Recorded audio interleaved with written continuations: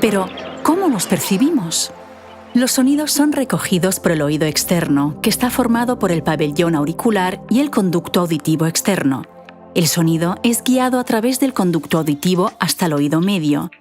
El sonido llega al tímpano, una membrana flexible y circular que empieza a vibrar cuando las ondas sonoras la golpean. Con el movimiento del tímpano, las ondas sonoras pasan al oído medio. El oído medio contiene 3 huesos minúsculos que reciben el nombre de martillo, yunque y estribo, y se conocen colectivamente como la cadena de huesecillos. Estos forman un puente entre el tímpano y la entrada del oído interno, y su interacción aumenta y amplifica aún más las vibraciones del sonido antes de que éstas se transmitan totalmente hacia el oído interno a través de la ventana oval. En el oído interno se encuentra la cóclea, que tiene una forma semejante a un caracol y contiene varias secciones membranosas que están rellenas de fluidos acuosos. Cuando las ondas sonoras producen vibraciones en la ventana oval, el fluido empieza a moverse, lo que también provoca el movimiento de las células ciliadas de la cóclea. Estas células ciliadas transforman las vibraciones en impulsos eléctricos, que se envían al cerebro a través del nervio auditivo. Lo que llamamos ruidos son en realidad simplemente ondas sonoras que se transmiten a través del aire. En el oído interno, la cóclea desempeña un papel fundamental. Es aquí donde la energía mecánica del sonido se transforma en complejas señales eléctricas que más tarde se transmiten al cerebro. En términos simples, la cóclea es un tubo en forma de espiral lleno de fluido. Las células sensoriales, también llamadas células ciliadas, cubren por completo toda la extensión de la cóclea. Estas células ciliadas poseen distintos grados de sensibilidad para la detección de los diferentes tonos o frecuencias. Esto permite al oído percibir todo el espectro de sonidos. La transformación de las vibraciones mecánicas en pulsos eléctricos es un proceso complejo resultado del movimiento de las células ciliadas en la cóclea. Las células ciliadas están dispuestas como las teclas de un piano a lo largo de toda la extensión de la cóclea. Las células ciliadas, localizadas en la base o región inferior de la cóclea, son responsables de las altas frecuencias, mientras que las células ciliadas del ápex son responsables de las bajas frecuencias.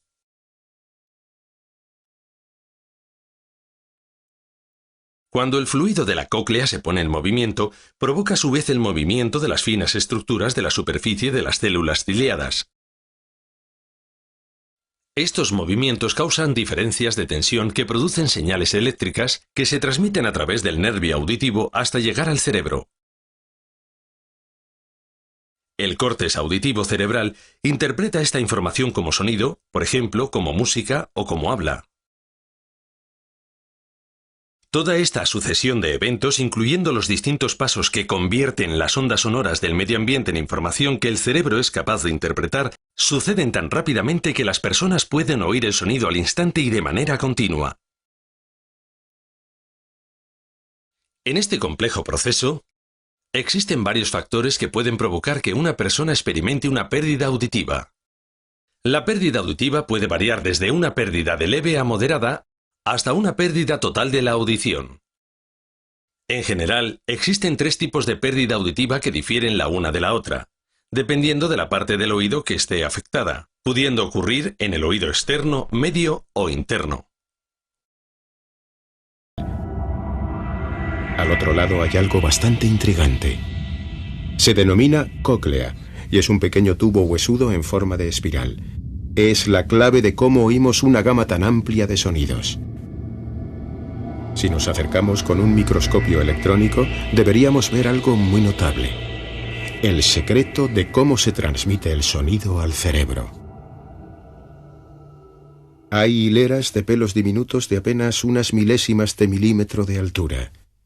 Cuando el sonido las hace vibrar, envían al cerebro señales eléctricas que experimentamos como sonido. Es un espectáculo fascinante y estamos a punto de ver cómo sucede. Miremos más de cerca estos objetos con forma de V. En realidad son grupos de 3 filas de pelillos que forman parte de un sistema amplificador autónomo.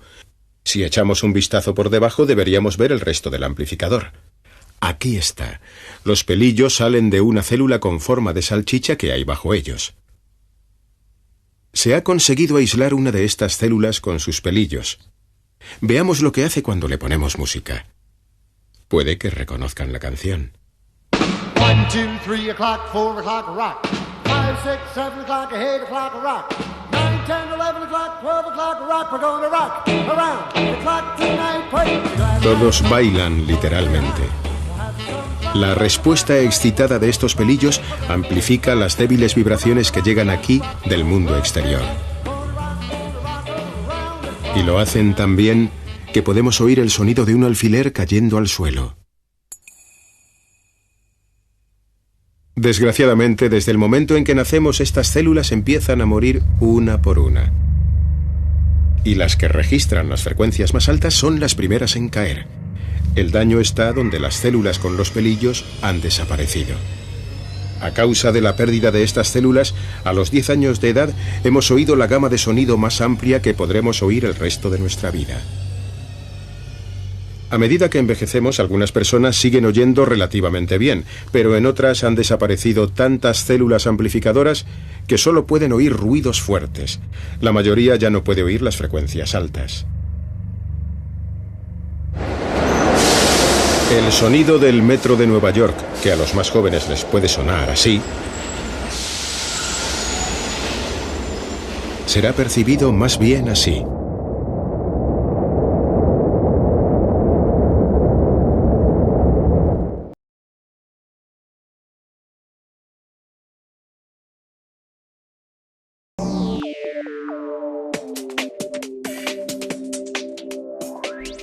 El oído es un auténtico mecanismo de precisión cuya finalidad es captar los sonidos que nos rodean, transportándolos al cerebro.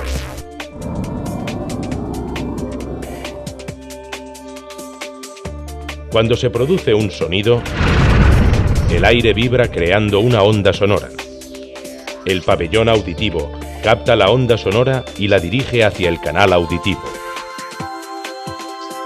Al final del conducto auditivo se encuentra el tímpano, que empieza a vibrar.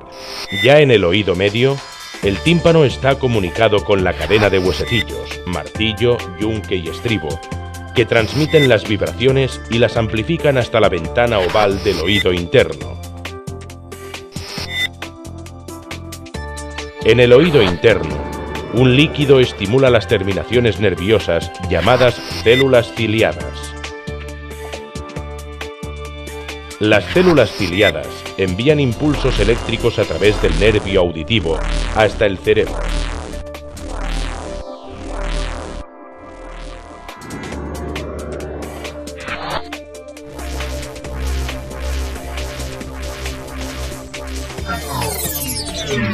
El cerebro decodifica estos impulsos, produciéndose entonces el fenómeno de la audición.